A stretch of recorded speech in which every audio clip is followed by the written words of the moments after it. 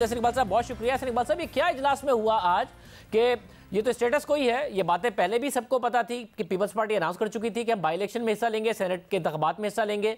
आप लोगों की तकरीबन अनाउंसमेंट आ गई थी, मोहम्मद जुबैर साहब ने कहा था बाई इलेक्शन में हिस्सा लेंगे। 31 जनवरी की डेडलाइन भी सबको पता थी। आज नया क्या किया है आप लोगों ने?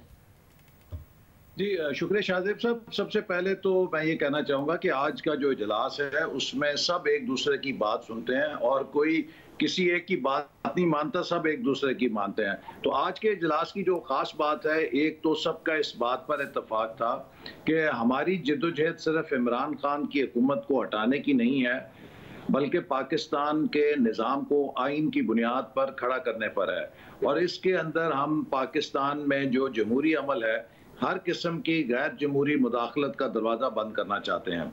दूसरी बात अहम जो है, हमने 19 जनवरी को इलेक्शन कमीशन के सामने मुजाहरा करने का फैसला किया है, क्योंकि इमरान खान 6 साल से फॉरेन फंडिंग केस में एनआरओ पर चल रहे हैं।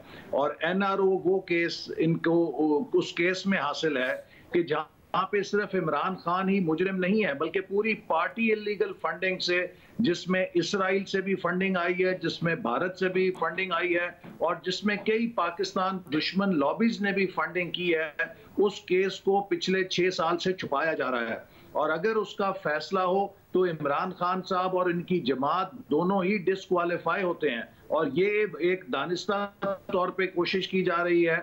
इसके लिए पीटीएम 19 जनवरी को इलेक्शन कमीशन के सामने भरपूर मुजाहरा करेगी और मुतालबा करेगी कि सुप्रीम कोर्ट ने जो हदायत दी थी उसकी रोशनी में फौरी तौर पे इस केस का फैसला किया जाए। इसी तरह जो हमारा एहतजाजी तहरीक का प्रोग्राम है दीगर मुल्क के इलाकों में, उसको भी हमने अपनी शक्ल दी है।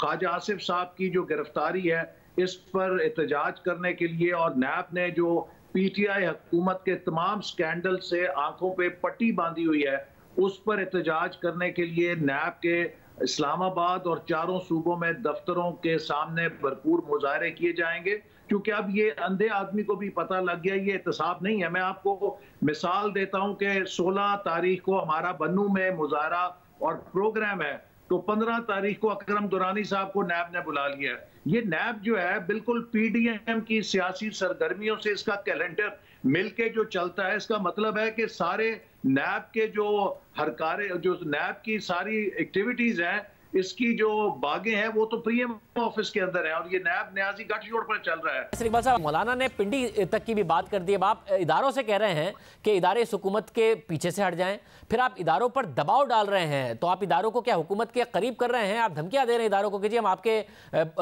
बाहर आकर भी एहतजाज करेंगे। देखिए, ये इदारों को किसी किस्म का दबाव हम नहीं दे रहे। हमने जो मुख्तलिफ तजावीज़ इजलास में पेश की गई उसकी निशानदेही की मौलाना साहब ने। एक तजवीज़ थी कि पिंडी तक लॉन्ग मार्च जाना चाहिए, दूसरी तजवीज़ थी इस्लामाबाद तक जाना चाहिए। इसका हतमी फैसला अभी होगा, लेकिन हम ये ज़रूर समझते हैं कि इस वक्त पाकिस्तान की जो मौजूदा सूरत हाल है ये इतनी गंभीर हो गई है कि पाकिस्तान की जो एडमिनिस्ट्रेटिव स्ट्रक्चर है उसके अंदर जो बाउंड्रीज आइन तय करता है वो गुडमिड हो गई हैं, बिल्कुल ब्लर कर गई हैं बिल्कुल। अब जरूरत है कि हमारे कौमी इदारों को उनके अपने जो आइनी दायरेकार है उसमें रखा जाए। जो देखिए, इस वक्त जो बलूचिस्तान की सूरत है, मैं आपको ये बात आपके प्रोग्राम के जरिए कहूंगा, और छोटे सूबों के अंदर जो जज्बात इस वक्त भड़क रहे हैं वो बहुत उसी तरह के हैं जिस तरह के माजी में हमने देखा जब पाकिस्तान के वफाक को खतरात मगर ऐसा नहीं। बस मुझे ये बताइए ना कि तो डायलॉग के जरिए होगा ना। दुरानी साहब को भेजा गया शहबाज शरीफ साहब से मुलाकात के लिए, हुकूमत ने कहा हमारा इससे कोई ताल्लुक नहीं है। दुरानी साहब कल मिले मौलाना फजलुर रहमान साहब से भी, तो डायलॉग के जरिए कोई रास्ता निकलेगा या इस तरीके से कि जी हम पिंडी के बाहर आके भी लॉन्ग मार्च कर सकते हैं? इससे आप इदारों को करीब करेंगे हुकूमत के, या जो आपका मुतालबा है वो होगा?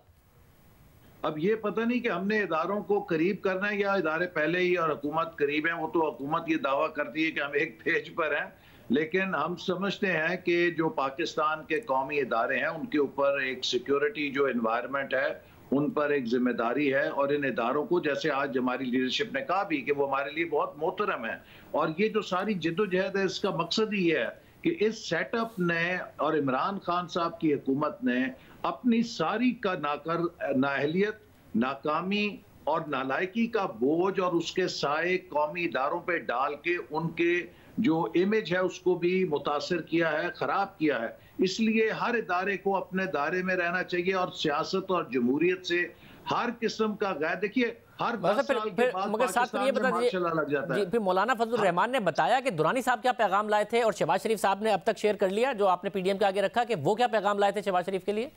जी, दुरानी साहब जो मुलाकात हुई फजलुर रहमान साहब से, उन्होंने बताया सबको कि वो आए थे जी, कौमी डायलॉग होना चाहिए।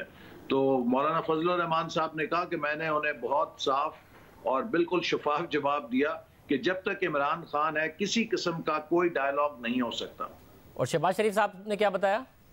जी, शहबाज शरीफ साहब ने भी यही कहा कि मैं जेल में बैठ के आपको क्या जवाब दे सकता हूं, और जो पार्टी ने और पीडीएम ने मौकफ अपनाया है मैं उसकी हमायत करता हूं। और पीर पगारा साहब ने ही उन्हें भेजा था या किसी और ने?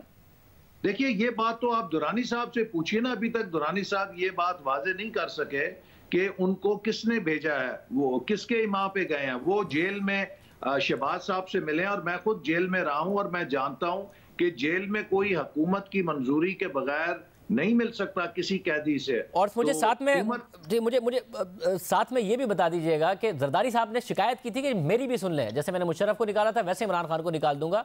तो बताया आज पीपल्स पार्टी ने कि क्या है, क्या फॉर्मूला है जरदारी साहब के पास?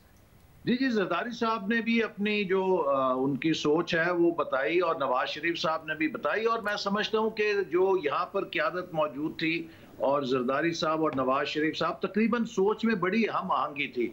सिर्फ जो तरीक़ेकार है कि रफ्तार 100 मील होनी चाहिए या 80 मील होनी चाहिए, थोड़ा बहुत एक तरीक़ेकार पे हो सकता है। मगर जब वो धरने के हामी नहीं है, वो इस्तीफों के हामी नहीं है अभी, तो फिर वो क्या है तरीका जिससे वो निकाल सकते हैं उन्हें? देखिए, पीपल्स पार्टी ने आज दो टोक अंदाज में कहा है, और उन्होंने बिलावल भुट्टो साहब ने अपनी प्रेस कॉन्फ्रेंस में भी कहा था कि लॉन्ग मार्च का वो खुद ऐलान कर चुके हैं, और वो ये बात भी कह चुके हैं कि इस्तीफा एक लास्ट ऑप्शन है, और जब आयरन इज हॉट तो स्ट्राइक विथ रेजिग्नेशंस। और ये तमाम लीडरशिप का इस पर इत्तफाक है कि हमें सूरत हाल को मजीद आगे लेकर जाना है, और जब हमें महसूस होगा कि अब इस्तीफों से ये इमारत गिर सकती है, ये मसनूई दीवार जो खड़ी की गई है गिर सकती है, इस्तीफे की जो ईंट हम जब निकालेंगे ये पूरा ढांचा गिर जाएगा, 1 सेकंड जाए किए बगैर हम रेजिग्नेशन टेंडर कर देंगे।